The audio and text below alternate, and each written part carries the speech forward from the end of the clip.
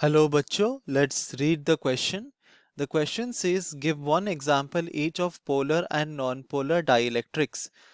तो इस क्वेश्चन को सॉल्व करने के लिए हम जो की कॉन्सेप्ट यूज करेंगे वो होगा हमारा the understanding of a dielectric कि एक डाइलेक्ट्रिक एक्चुअली होता क्या है।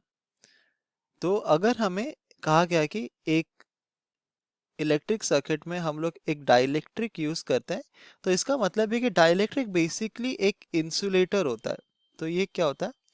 बाय नेचर ये एक इंसुलेटर होता है जो कि पोलराइज होता है, so which gets polarized in the presence of an electric field। तो पोलराइज होने का मतलब क्या हुआ कि हमारे डाइलेक्ट्रिक में जो मॉलिक्यूल्स होते हैं ना, जब हम उसको इलेक्ट्रिक फील्ड के रीजन में डाल देते हैं तो हमारे जो नेगेटिव चार्जेस है और जो पॉजिटिव चार्जेस है वो एक साइड में हो जाते हैं, separated by a small distance. तो यहाँ पे लिख सकते हैं कि एक स्मॉल डिस्टेंस होता है इन दोनों चार्ज डिस्ट्रीब्यूशन के बीच में, लेकिन सारे के सारे नेगेटिव चार्जेस हमारे एक साइड हो जाते हैं और सारे के सारे पॉजिटिव चार्जेस हमारे दूसरे साइड हो जाते हैं, सच दैट जब हम एक डाइलेक्ट्रिक, तो अगर हम एक डाइलेक्ट्रिक सब्सटेंस को कुछ इस तरह से अगर वो है, तो उस डाइलेक्ट्रिक सब्सटेंस को अगर हम इलेक्ट्रिक फील्ड रीजन में रखें सच दैट कि इलेक्ट्रिक फील्ड का जो डायरेक्शन है वो towards the right hand side है, तो हमारा, क्योंकि पोलराइजेशन की वजह से क्या होगा, हमारे नेगेटिव चार्जेस एक जगह हो जाएंगे, पॉजिटिव चार्जेस एक जगह हो जाएंगे। तो अब क्या होगा, डाइलेक्ट्रिक के अंदर अपना एक इलेक्ट्रिक फील्ड जनरेट होगा इस डायरेक्शन में जो कि है ई नॉट, और हम देखते हैं कि ई नॉट जो है वो है opposite to the electric field. जो जिस रीजन में वो एग्जिस्ट करता है उस रीजन में जो इलेक्ट्रिक फील्ड के उसके ऑपोजिट है। तो डाइलेक्ट्रिक की वजह से क्या होता है, हमारा जो नेट इलेक्ट्रिक फील्ड होता है ना वो डिक्रीज कर जाता है।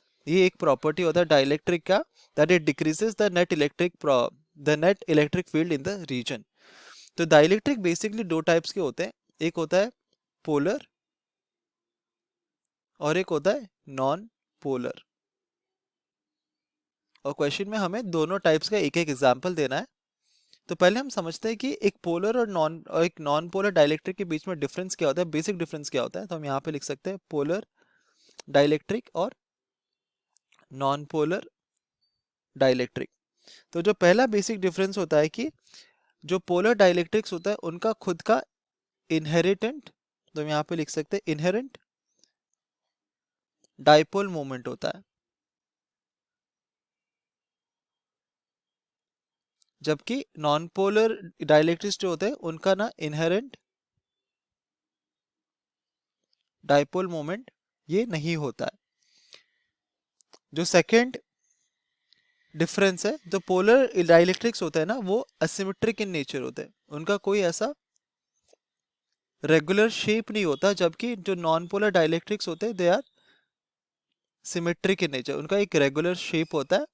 और अगर हम एक पोलर डाइलेक्ट्रिक को एक रीजन ऑफ इलेक्ट्रिक फील्ड में रखेंगे तो उसके उस डाइलेक्ट्रिक के अंदर जो होता है ना हमारा नेगेटिव चार्जेस और जो पॉजिटिव चार्जेस होता है ना वो ऐसे एक्सट्रीम एंड्स में डिस्ट्रीब्यूट हो जाते हैं and they are separated by a small distance. जबकि अगर हम एक नॉन पोलर डाइलेक्ट्रिक को एक इलेक्ट्रिक फील्ड रीजन में रखेंगे तो जो हमारा नेगेटिव चार्जेस है और जो पॉजिटिव चार्जेस है उनका डिस्ट्रीब्यूशन चेंज नहीं होता।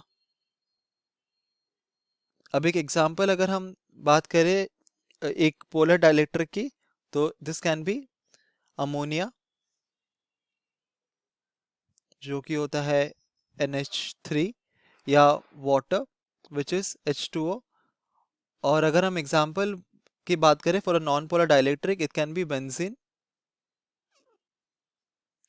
जो कि होता है C6H6 और मीथेन CH4। तो ये हो गए हमारे examples of polar and non polar dielectrics. Hope you understood it well. Best of luck.